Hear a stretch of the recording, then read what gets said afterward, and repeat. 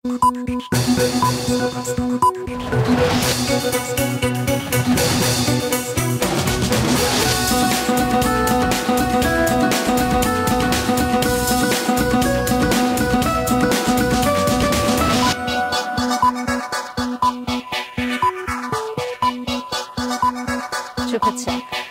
স্বাগত রাতের মাছরাঙা সংবাদে। আপনাদের সঙ্গে আছে কাদির অসনারা সাকিব। শুরুতে গার্ডিয়ান লাইফ ইন্স্যুরেন্স সংবাদ শিরোনাম। কোটা ইস্যুতে হাইকোর্টের রায়ে আপিল বিভাগ স্থিতাবস্থা দেওয়ার পরও কর্মসূচি চালিয়ে যাবে আন্দোলনকারীরা। সরকারি চাকরিতে কোটা সংস্কারের দাবিতে কাল বিকেলে ফের বাংলা ব্লকেট কর্মসূচির ঘোষণা দিয়েছে বৈষম্য বিরোধী ছাত্র আন্দোলন। এদিকে দিনভর সড়ক ও রেলপথ অবরোধে অনেকটা স্থবির হয়ে পড়ে ঢাকা। এতে চরম ভোগান্তিতে পড়ে মানুষ। বাংলাদেশের উন্নয়ন ও অগ্রযাত্রায় সহায়তা অব্যাহত রাখার প্রতিশ্রুতি দিয়েছে চীন। সকালে বেইজিংয়ে প্রধানমন্ত্রী শেখ হাসিনা ও চীনের প্রধানমন্ত্রী লি কিয়াংয়ের মধ্যে দ্বিপাক্ষিক বৈঠকে এই প্রতিশ্রুতি দেয়া হয়। পরে দুই দেশের মধ্যে 21টি সমঝোতা স্মারক এবং 7টি প্রকল্পের ঘোষণাপত্রে সই করে দুপক্ষ। সরকারি হিসেবে চাহিদার তুলনায় দেশে কৃষি পণ্যের উৎপাদন পর্যাপ্ত, তারপরও বাড়ছে কিছু পণ্যের আমদানি। কেন এমন বাস্তবতায় এই প্রশ্নে বিশ্লেষকরা বলছেন সঠিক পরিসংখ্যান না থাকায় উৎপাদনের প্রকৃত চিত্র আসছে না, যা ভবিষ্যতে কৃষি নীতি কিংবা আমদানি চাহিদার হিসেব পেতে সমস্যা করবে। মাঠ পর্যায় থেকে সঠিক তথ্য নেয়ার তাগিদ দিয়েছেন তারা। শুনছিলেন শিরোনাম, এবারে বিস্তারিত সংবাদ। সরকারি চাকরিতে কোটা ব্যবস্থা সংস্কার ইস্যুতে হাইকোর্টের রায়ের উপর আপিল বিভাগের স্থিতাবস্থা জারির পরও অবরোধ কর্মসূচি চালিয়ে যাওয়ার ঘোষণা দিয়েছে আন্দোলনরত শিক্ষার্থীরা।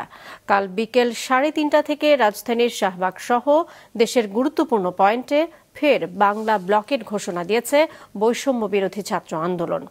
সন্ধ্যায় শাহবাগে এই কর্মসূচি ঘোষণা করা হয়।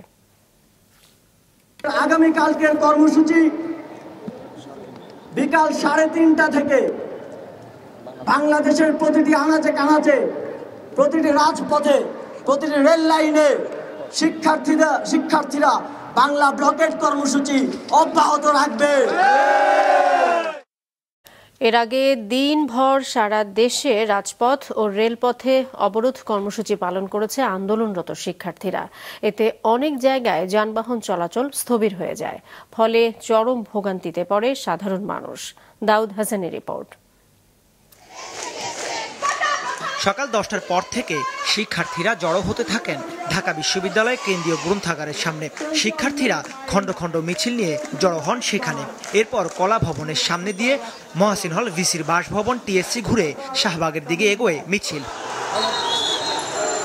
বারডেম হাসপাতালের সামনে মিছিল পুলিশের ব্যারিকেড ভেঙেই এগিয়ে যায়।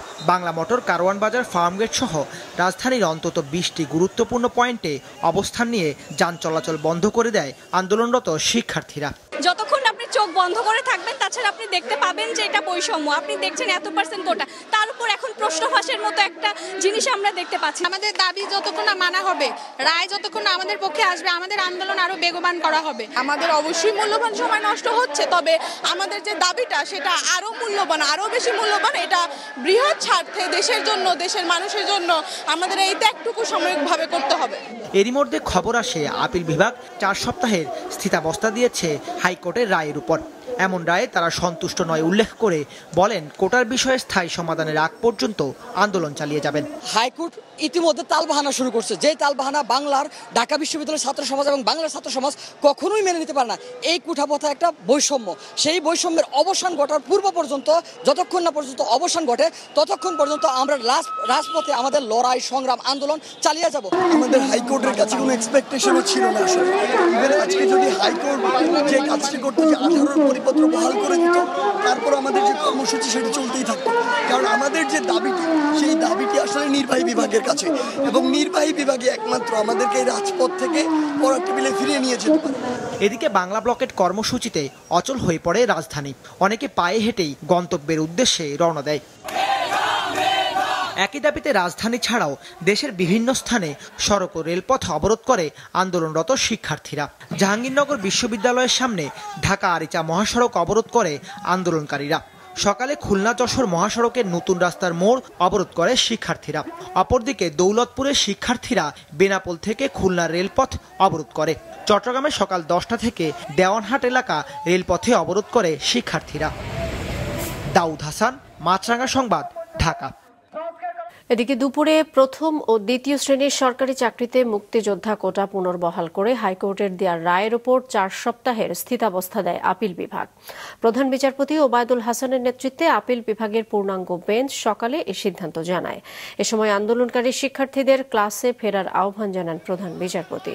পরে attorney general AM Amin Uddin জানান, আপিল বিভাগ স্থিতাবস্থা বজায় রাখতে বলেছেন। কোটা পদ্ধতি বাতিল করে 2018 সালের 4 অক্টোবর পরিপত্র জারি করেছিল জনপ্রশাসন মন্ত্রণালয়। এর বৈধতা চ্যালেঞ্জ করে 2021 সালে রিট হয়। এর রায়ে গেল 5 জুন কোটা পদ্ধতি বাতিলের পরিপত্রকে অবৈধ ঘোষণা করে হাইকোর্ট। আজ তার উপর স্থিতাবস্থা জারি হলো। যে অবস্থায় আছে সেই অবস্থায় থাকবে। যে কোটা যে চাকরিগুলো যেগুলো চলমান আছে সেগুলো যে অবস্থায় ছিল সেগুলো সবই ঠিক থাকবে। এটা আর এখন এই স্ট্যাটাস কোর কারণে হাইকোর্টের রায়টা এখন আর ইয়ে হচ্ছে না। এখন ওনাদের স্ট্যাটাস কোটাই কার্যকর হবে, বহাল হবে। এবং এখন যেহেতু স্ট্যাটাস কো আছে, যেগুলো ছিল ওগুলো সবগুলো থাকবে। এখন এর প্রেক্ষিতে যে প্রক্রিয়াগুলো আছে সবগুলোতেই মেধার যারা এই কোটা পদ্ধতি যে 2018 যে সার্কুলার সেই অনুযায়ী চলবে। 3টা নির্দেশনা দিয়েছেন। একটা হচ্ছে স্টুডেন্টদেরকে, আন্দোলনকারী ছাত্রছাত্রী যারা রয়েছে তাদেরকে ক্লাসে ফিরে যাওয়ার জন্য বলেছেন, এবং ভাইস চ্যান্সেলর মহোদয় যারা রয়েছেন তাদেরকে শান্তিপূর্ণ পরিবেশ বজায় রাখার জন্য বলেছেন। আর আন্দোলনকারী শিক্ষার্থীরা ACP যখন হিয়ারিং হবে তারাও আইনজীবীর মাধ্যমে অংশগ্রহণ করতে পারবে। শিক্ষার্থীদের আদালতের নির্দেশ মেনে ক্লাসে ফিরে যাওয়ার আহ্বান জানিয়েছেন আওয়ামী লীগের সাধারণ সম্পাদক। আর জনদুর্ভোগ হয় এমন কর্মসূচি পরিহার করে আন্দোলনকারীদের ধৈর্য ধরার অনুরোধ করেছেন স্বরাষ্ট্রমন্ত্রী। রাজধানীতে আলাদা অনুষ্ঠানে তারা এই আহ্বান জানান। ধারণ করতে বলবো, মানুষের দুর্ভোগ সৃষ্টি হতে পারে, এ ধরনের কর্মসূচি পরিহার করে আদালতের নির্দেশনা অনুযায়ী যার শিক্ষা প্রতিষ্ঠানে ফিরে যাওয়ার অনুরোধ করছি। আপনারা ধৈর্য ধরে আপনাদের আইন শৃঙ্খলা বাহিনী কিংবা দেশের সরকার আপনাদের বিরুদ্ধে নয়, আমরা আপনাদের শক্তিতেই শক্তিমান। আপনারা এইরকমভাবে যদি রাস্তায় বসে পড়ে তাহলে তো জনগণের দুর্ভোগ হবে। বাংলাদেশকে $1 বিলিয়ন অর্থনৈতিক সহায়তা দেয়া ও বাণিজ্য ঘাটতি কমাতে বাংলাদেশ থেকে পণ্য আমদানি বাড়ানোর প্রতিশ্রুতি দিয়েছে চীন। সকালে প্রধানমন্ত্রী শেখ হাসিনা এবং চীনের প্রধানমন্ত্রী লি কিয়াং এর মধ্যে দ্বিপাক্ষিক বৈঠকে এই সিদ্ধান্ত হয়েছে। বৈঠকের পর দুই দেশের মধ্যে 21টি সমঝোতা স্মারক সই এবং 7টি প্রকল্পের ঘোষণাপত্র সই হয়। চীন সফরের তৃতীয় ও শেষ দিন সকালে বেইজিংয়ে গ্রেট হল অব দ্য পিপলে পৌঁছালে প্রধানমন্ত্রী শেখ হাসিনাকে অভ্যর্থনা জানান চীনের প্রধানমন্ত্রী লি কিয়াং। দেয়া হয় লাল গালিচা সংবর্ধনা। এ সময় চীনা সশস্ত্র বাহিনীর একটি চৌকস দল রাষ্ট্রীয় অতিথিকে গার্ড অব অনার প্রদান করে। গ্রেট হলে দুই দেশের প্রতিনিধিদের নিয়ে দ্বিপাক্ষিক বৈঠক করেন লি কিয়াং এবং শেখ হাসিনা। রোহিঙ্গা ইস্যু ছাড়াও ব্যবসা বাণিজ্য, বিনিয়োগ ও আন্তর্জাতিক বিভিন্ন বিষয়ে আলোচনা হয়। পরে বাংলাদেশের অর্থনৈতিক উন্নয়নে চীনের সহযোগিতার বিষয়টিতে গুরুত্ব দিয়ে ওই দেশের সঙ্গে 21টি সমঝোতা স্মারক সই এবং 7টি প্রকল্পের ঘোষণাপত্রে স্বাক্ষর করা হয়। 21টি সমঝোতা স্মারকের মধ্যে গুরুত্বপূর্ণ স্মারক হল ডিজিটাল অর্থনীতিতে বিনিয়োগ সহায়তা শক্তিশালী করা, ব্যাংকিং এবং ইন্স্যুরেন্স নিয়ন্ত্রণ কৌশল, ষষ্ঠ বাংলাদেশ চীন মৈত্রী সেতু সংস্কার ও বরিশালের বাউফলে নবম বাংলাদেশ চীন মৈত্রী সেতু প্রকল্পের MOU সই। এছাড়া বন্যার মৌসুমে ব্রহ্মপুত্র নদীর পানি সংক্রান্ত তথ্য বাংলাদেশকে দেওয়ার বিষয়ক সমঝোতা স্মারক নবায়ন করা হয়। আর 7টি প্রকল্পের ঘোষণাপত্রের মধ্যে গুরুত্বপূর্ণ 2টি ঘোষণাপত্র হল চীন বাংলাদেশ মুক্ত বাণিজ্য চুক্তি বিষয়ে যৌথ সমীক্ষার সমাপ্তি এবং দুই দেশের দ্বিপাক্ষিক বিনিয়োগ বৃদ্ধি চুক্তির আলোচনা শুরু করা। দুই দেশের মধ্যে দ্বিপাক্ষিক বৈঠকের সার্বিক দিক নিয়ে ব্রিফ করেন পররাষ্ট্রমন্ত্রী। চীনের মাননীয় প্রধানমন্ত্রী বাংলাদেশকে $1 বিলিয়ন ইকোনমিক অ্যাসিস্ট্যান্স দেওয়ার কথা ঘোষণা করেছেন। চায়নার সাথে যে আমাদের ট্রেড গ্যাপ আছে সেটি কমানোর উপর বিশেষ গুরুত্ব দিয়ে আলোচনা করেছেন এবং সেই ক্ষেত্রে চাইনিজ প্রধানমন্ত্রীও বাংলাদেশ থেকে আরও বেশি পণ্য আমদানির কথা তিনি বলেছেন এবং মাননীয় প্রধানমন্ত্রী ব্রিক্স যেভাবেই সিদ্ধান্ত গ্রহণ করে যে কোনো ফরম্যাটে অন্তর্ভুক্তির কথা উল্লেখ করেছেন এবং চায়না এক্ষেত্রে সমর্থন করবে বলে জানিয়েছে। বিকালে চীনের প্রেসিডেন্ট শি জিনপিং এর সঙ্গে বৈঠক করেন শেখ হাসিনা। চাইনিজ প্রেসিডেন্ট তিনি বলেছেন বাংলাদেশকে গ্রান্ট এবং interest free loan, concessional loan এবং কমার্শিয়াল লোন এই 4 খাতেই চায়না সহযোগিতা করবে। লক্ষ লক্ষ রোহিঙ্গাকে তোমাদের দেশে আশ্রয় দিয়েছ এবং এটি একটা বার্নিং ফ্যাক্টর, বার্নিং ইস্যু তোমাদের জন্য। আমরা এটি সমাধান করবে। মায়ানমার সরকার এবং প্রয়োজনে আরকান আর্মির সাথেও তারা যোগাযোগ করে এই সমস্যা সমাধান করবে, তারা গুরুত্বপূর্ণ ভূমিকা রাখবে। আর এর মধ্য দিয়ে আনুষ্ঠানিকভাবে শেষ হলো বাংলাদেশের প্রধানমন্ত্রীর 4র্থ চীন সফর। আনোয়ার হোসেন, মাছরাঙা সংবাদ, ঢাকা। করোনা টেস্টের 15,460 ভুয়া ও জাল রিপোর্ট প্রস্তুত করে প্রতারণার অভিযোগে আলোচিত জেকেজি হেলথ কেয়ারের চেয়ারম্যান ডাক্তার সাবরিনা চৌধুরী এবং স্বাস্থ্য অধিদপ্তরের সাবেক মহাপরিচালক আবুল কালাম আজাদ সহ 7 জনের বিরুদ্ধে মামলা করেছে দুর্নীতি দমন কমিশন। দুদকের সহকারী পরিচালক আফনান জান্নাত কেয়া বাদী হয়ে দুদকের সমন্বিত জেলা কার্যালয়ে ঢাকা 1-এ মামলাটি দায়ের করেন বলে দুদক সূত্রে জানা গেছে। মামলার অন্য আসামিরা হলেন জেকেজি হেলথ কেয়ারের ব্যবস্থাপনা পরিচালক আরিফুল চৌধুরী, অফিস স্টাফ আসম সাইদ চৌধুরী, হুমায়ুন কবির ওরফে হিমু, তানজিনা পাটোয়ারি ও জেকেজি হেলথ কেয়ারের মালিক জেবুন্নেসার রিমা।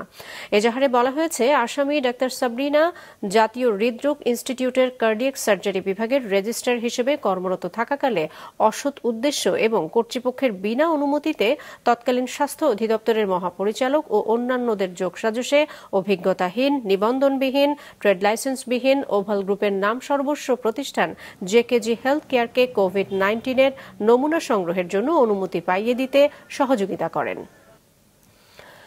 ছিলেন গাড়ি চালক, কিন্তু কি নেই তার? গাড়ি, বাড়ি, ফ্ল্যাট, নামে বেনামে কোটি কোটি টাকার সম্পত্তি। বলছি আবেদ আলীর কথা। পিএসসির সাবেক একজন সামান্য গাড়ি চালক কিভাবে আঙুল ফুলে কলাগাছ হয়েছেন সে প্রশ্নই এখন সবার মনে। আরো জানাচ্ছেন ওবায়দুল কবির।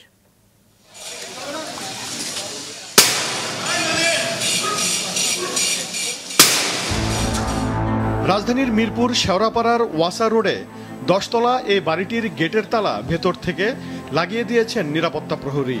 এ কারণে বাড়িতে ঢুকতে পারছেন না বিভিন্ন ফ্ল্যাটের বাসিন্দারা। গণমাধ্যম কর্মীদের আনাগোনার কারণেই এই ব্যবস্থা। এই ভবনেরই 9ম তলাতে সপরিবারে থাকতেন পিএসসির সাবেক গাড়ি চালক আবেদ আলী। এই ভবনেরই বিভিন্ন ফ্লোরে রয়েছে আবেদ আলীর 5টি ফ্ল্যাট।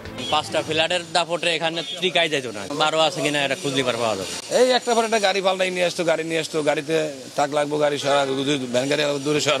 শুধু ওয়াসা রোডেই নয়, মিরপুরের মধ্যপীরের বাগ এলাকা সহ রাজধানীর অনেক এলাকায় নামে বেনামে আবেদ আলীর রয়েছে ফ্ল্যাট, জমি, বিভিন্ন মার্কেটে দোকান। এ তো গেল ঢাকার কথা। তার নিজ এলাকা মাদারীপুরের ডাসারে তিনি রীতিমতো জমিদার। রয়েছে আধুনিক ডুপ্লেক্স বাড়ি। গত 2 বছর ধরে এলাকাবাসী তাকে দেখছেন একটু ভিন্ন রূপে। এই সময়ে গরিব দুঃখীদের দান খয়রাত বাড়িয়েছেন, লাগিয়েছেন নিজের নামে নির্বাচনী পোস্টার। এলাকাবাসী জানিয়েছেন ডাসার উপজেলা পরিষদের চেয়ারম্যান প্রার্থী হতে আগ্রহী ছিলেন তিনি, এজন্য চালাচ্ছিলেন প্রচারণাও। গাড়িতে ঘুরে ঘুরে দান খয়রাত করেছিলেন তার ছেলেও। সচিবালয় চাকরি করে, গাড়ি চালাইছে, সচিবালয় এই কামাইছে। ব্যবসায়িক উৎস আমি জানি না, অ্যাকচুয়ালি আমি জানি না, আমি জানি না অন্তত সে কি ব্যবসাটা করে। এলাকায় জনপ্রিয়তা অর্জন করতে দুহাতে টাকা ঢেলে দরিদ্র মানুষের পাশে দাঁড়ানোর চেষ্টায় ছিলেন আবেদ আলী। বিভিন্ন ক্রীড়া, সামাজিক ও ধর্মীয় প্রতিষ্ঠানের সাথেও বাড়িয়েছিলেন যোগাযোগ। সেসব আবার ভিডিও করে নিজেই প্রচার করেছিলেন সামাজিক যোগাযোগ মাধ্যমে। শেখ মুজিবুর রহমানের শাহাদাত বার্ষিকী উপলক্ষে আমার ছেলে যে মাদ্রাসা ছাত্র এলাকাবাসী রেখা হয়েছে, আমার খুব আনন্দ লাগে। আমি ক্ষুদ্র জায়গা থেকে আমি আসলে বিশ্বাস করি রাজনীতি মানেই হচ্ছে মানুষের জন্য কিছু করা। আমি ঘুমাইছিল ফুটপাতে। আবেদ আলী নিজের জীবনের নানা কল্পিত কাহিনী বলতেন, বক্তব্যে তুলে ধরতেন নিজের কথিত সংগ্রামী জীবনের কথা। দাবি করতেন সৎভাবে পরিশ্রম করে কুলি থেকে কোটিপতি হয়েছেন তিনি। আমি হাজি মানুষ, আমি একসাথে টাইম দিয়ে গেলাম। গত 5 জুলাই বাংলাদেশ রেলওয়ের এক নিয়োগ পরীক্ষার প্রশ্নপত্র ফাঁসের অভিযোগে গত সোমবার রাজধানীর শেওড়াপাড়ার বাসা থেকে ছেলেসহ আবেদ আলীকে গ্রেফতার করে সিআইডি। ওবায়দুল কবির, মাছরাঙা সংবাদ, ঢাকা। সরকারি হিসেবে দেশে চাহিদার তুলনায় অনেক কৃষি পণ্যের উৎপাদন পর্যাপ্ত। তারপরও চাল, পেঁয়াজ, আলু সহ বেশ কিছু পণ্য আমদানি করতে হচ্ছে। বিশ্লেষকরা বলছেন সঠিক পরিসংখ্যান না থাকায় এই সমস্যা। আমদানি চাহিদার সঠিক হিসেব না থাকলে কৃষি নীতি প্রণয়নে সমস্যা হবে বলছেন বিশ্লেষকেরা। রিপোর্ট করছেন রঞ্জিবুল মিজান। দেশে বছরে আলুর চাহিদা 90 লাখ টনের মতো, আর উৎপাদন হয় 1 কোটির উপরে। তবে ভোক্তা পর্যায় পর্যন্ত আসতে নষ্ট হয় 15% মতো, অর্থাৎ চাহিদা আর যোগান প্রায় সমান থাকে। অভ্যন্তরীণ চাহিদা মিটিয়ে আলু রপ্তানি হতো বিশ্বের 16টি দেশে, তবে সেই পরিমাণ কমছে দিন দিন। তার বিপরীতে বেড়েছে আলু আমদানির পরিমাণ। 2023-24 অর্থ বছরে 5,30,000 টন আলু আমদানির অনুমতি দিয়েছিল সরকার। আমদানি করার কারণটা হলো যে বাজারে সরবরাহ পর্যাপ্ত এবং দাম বৃদ্ধি পাচ্ছে, স্বাভাবিকভাবে আমদানির উপর নির্ভর করতে হচ্ছে। একই অবস্থা পেঁয়াজের ক্ষেত্রেও। কৃষি সম্প্রসারণ অধিদপ্তরের হিসেবে গেল অর্থ বছরে দেশে পেঁয়াজের উৎপাদন হয়েছে 38 লাখ টনের মতো। ফসল তোলা আর সংরক্ষণ পর্যায়ে 5 থেকে 7 লাখ টনের মতো নষ্ট হয়েছে। সেই হিসেবে পেঁয়াজ থাকার কথা 30 লাখ টন, আর চাহিদা 20 থেকে 22 লাখ টন। বাণিজ্য মন্ত্রণালয়ের হিসেবে প্রতি মাসে গড়ে 1.5 লাখ টনের মতো পেঁয়াজের চাহিদা আছে দেশে। সেই হিসেবে উদ্বৃত্ত থাকার কথা অন্তত 10 লাখ টন। প্রশ্ন হচ্ছে, চাহিদার তুলনায় উৎপাদন বেশি থাকার পরেও কেন কমানো হচ্ছে না আমদানি নির্ভরতা? এগ্রিকালচার আমার মনে হয় যে সমস্যা আছে। এগ্রিকালচার আমরা সবসময় রেকর্ড পরিমাণ উৎপাদন করে যাচ্ছি কোনো বছরই আমরা আগের বছরের চেয়ে কম করি না, কিন্তু দাম বেড়েই যাচ্ছে। একই দশা রসুনেও। সরকারি হিসাব বলছে বছরে এই পণ্যটির চাহিদা 5.5 লাখ টনের মতো। বিপরীতে বিদায়ী মৌসুমে ফসল উৎপাদন হয়েছে 6.5 লাখ টনের বেশি। এরপরেও উন্নত মানের কারণে বছর জুড়ে চাহিদা থাকে চীন থেকে আনা রসুনের। সেই তালিকায় যুক্ত হয়েছে গাজর, টমেটো আর কাঁচামরিচ। কৃষি সম্প্রসারণ অধিদপ্তরের তথ্য বলছে 2023-24 অর্থ বছরে আলু, পেঁয়াজ, আদা, রসুন মিলিয়ে 34,83,000 টন কৃষি পণ্যের আমদানির অনুমতি দেওয়া হয়েছিল। বিশ্লেষকদের ধারণা, মাঠ পর্যায়ে সঠিক পরিসংখ্যান সামনে আসছে না। উৎপাদনের যে চিত্র দেখানো হচ্ছে, প্রকৃত উৎপাদন তার চেয়েও কম। উৎপাদনের সঠিক পরিসংখ্যান যদি থাকে তাহলে ভবিষ্যৎ পরিকল্পনাও আমরা সঠিকভাবে করতে পারি, এবং উৎপাদন স্বাভাবিক হলে কোনো অবস্থাতেই বাজারে সংকট সৃষ্টি হয় না, এবং এখানে যারা ব্যবসায়ী আছে এবং তাদের যে সিন্ডিকেট আছে সেটা কারসাজি করার সুযোগ পায় না। এমন অবস্থায় সরকারের নীতি প্রণয়ন আর আমদানি চাহিদা নির্ধারণের স্বার্থে পরিসংখ্যানগত ভুল সংশোধনের তাগিদ দিয়েছেন বিশ্লেষকরা। পরামর্শ দিয়েছেন কৃষির আধুনিকায়নের মাধ্যমে উৎপাদন বাড়ানোর। রঞ্জিবুল মিজান, মাছরাঙা সংবাদ, ঢাকা। নদ নদীর পানি কমতে শুরু করায় দেশের বিভিন্ন স্থানে বন্যার পানি নামতে শুরু করলেও মানুষের দুর্ভোগ কমেনি। সিলেট, সিরাজগঞ্জ ও রাজবাড়ী সহ বন্যা কবলিত এলাকায় পানিবন্দী মানুষের মধ্যে দেখা দিয়েছে পানিবাহিত নানা রোগ। সিলেটে পানি কমার সঙ্গে সঙ্গে ছড়াতে শুরু করেছে পানিবাহিত রোগ। বেশিরভাগই পেটে ব্যথা, ডায়রিয়া ও চর্মরোগে আক্রান্ত হচ্ছেন। জমে থাকা পানি কালো রং ধারণ করে ছড়াচ্ছে দুর্গন্ধ। স্বাস্থ্য অধিদপ্তরের তথ্য মতে গত কয়েকদিনে 81 জন ডায়রিয়া, 32 জন শ্বাসতন্ত্রের সংক্রমণ ও 50 জন চর্মরোগে আক্রান্ত হয়েছে। এছাড়া অন্যান্য রোগে আক্রান্ত হয়েছেন আরও 653 জন। এদের মধ্যে বেশিরভাগই নারী ও শিশু। একই অবস্থায় সিরাজগঞ্জ ও রাজবাড়ী জেলার বিভিন্ন স্থানে। পেটো বেদনা এবলেও আমার সমস্যা করে, তা বেদনা করে তাপ তাকে লগে ওই দেখো তা বাচ্চা ইন্তর ফাবো ফুলির যেন ফেক ফাবো রাইছিল ঘুমাই না জলা আর খাব জানি। পানিত নামার পরে অনেক অনেক চুলকানি গোটার মতো হয়। খাওজানি আর মোটামুটা সাহা বান্ধিলে ফসিয়া ফুজবার হয়। বিগত 27 বছরের মধ্যে গত বছর সর্বোচ্চ মুনাফা করেছে রবি, যা কেবল বাংলাদেশের টেলি যোগাযোগ খাতেই নয়, গোটা দক্ষিণ এশিয়া অঞ্চলেও সর্বোচ্চ। বিকেলে রাজধানীর গুলশানের রবির কর্পোরেট অফিসে সাংবাদিকদের এ তথ্য জানান প্রতিষ্ঠানটির প্রধান নির্বাহী কর্মকর্তা রাজীব শেঠি। বলেন, শক্তিশালী ডেটা নির্ভর প্রবৃদ্ধি, সর্বোচ্চ 4G গ্রহণের হার এবং নেটওয়ার্ক সম্প্রসারণে উল্লেখযোগ্য বিনিয়োগ করছে রবি। ব্যবসা সম্প্রসারণের স্বার্থে কর কাঠামো সংস্কারের তাগিদ দেন তিনি। আন্তর্জাতিক প্রসঙ্গ, গাজায় একটি স্কুল সংলগ্ন শরণার্থী ক্যাম্পে ইসরায়েলের বিমান হামলায় অন্তত 29 জন নিহত হয়েছে। আহত হয়েছে অর্ধশতাধিক। মোট প্রাণহানি 38,000-এর বেশি। গতকাল খান ইউনিস শহরের কাছে অস্থায়ী তাঁবুতে থাকা প্যালেস্টাইনিদের ওপর হামলা চালায় ইসরায়েলি বাহিনী। এ নিয়ে গেল 4 দিনে চতুর্থবারের মতো গাজার স্কুল সংলগ্ন এলাকায় হামলার ঘটনা ঘটল। হামাসের সামরিক শাখার এক সিনিয়র সদস্য ওই এলাকায় লুকিয়ে ছিল বলে দাবি করেছে তেল আবিব। গতকাল খান ইউনিসের পাশাপাশি দেইর আল বালাতেও হামলা চালিয়েছে ইসরায়েল। এতে বহু ভবন ধসে পড়েছে। ধ্বংসস্তূপের নিচে অনেকে আটকা পড়েছে বলে জানিয়েছে গাজার স্বাস্থ্য মন্ত্রণালয়। রাতের সংবাদ শেষ করছি, তার আগে গার্ডিয়ান লাইফ ইন্স্যুরেন্স সংবাদ শিরোনামগুলো আরও একবার। কোটা ইস্যুতে হাইকোর্টের রায়ের স্থিতাবস্থার পরও কাল বিকেলে ফের অবরোধের ঘোষণা। স্থায়ী সমাধানের দাবি, দিনভর চরম ভোগান্তি। বাংলাদেশের অগ্রযাত্রায় সহায়তা অব্যাহত রাখার প্রতিশ্রুতি চীনের। 2 দেশের মধ্যে 21 সমঝোতা ও 7 প্রকল্পের ঘোষণাপত্র সই। সরকারি হিসেবে চাহিদার তুলনায় উৎপাদন পর্যাপ্ত হলেও বাড়ছে কিছু নিত্যপণ্যের আমদানি। সঠিক তথ্যের অভাবকে দায়ী করছেন বিশ্লেষকরা। এই ছিল এখনকার মতো। ফেসবুকে আপডেট পেতে ভিজিট করুন মাছরাঙা টেলিভিশনের পেজে। ইউটিউব চ্যানেলেও দেখতে পারেন আমাদের সংবাদ, প্রতিবেদন এবং অনুষ্ঠান। দর্শক, রাস্তার ধুলো ও ধোঁয়া ফুসফুসের ক্ষতির কারণ হতে পারে, তাই জীবাণু ও ফুসফুসের সংক্রমণ থেকে সুরক্ষিত থাকতে ব্যবহার করুন ফেস মাস্ক। এতক্ষণ সঙ্গে থাকার জন্য সবাইকে ধন্যবাদ।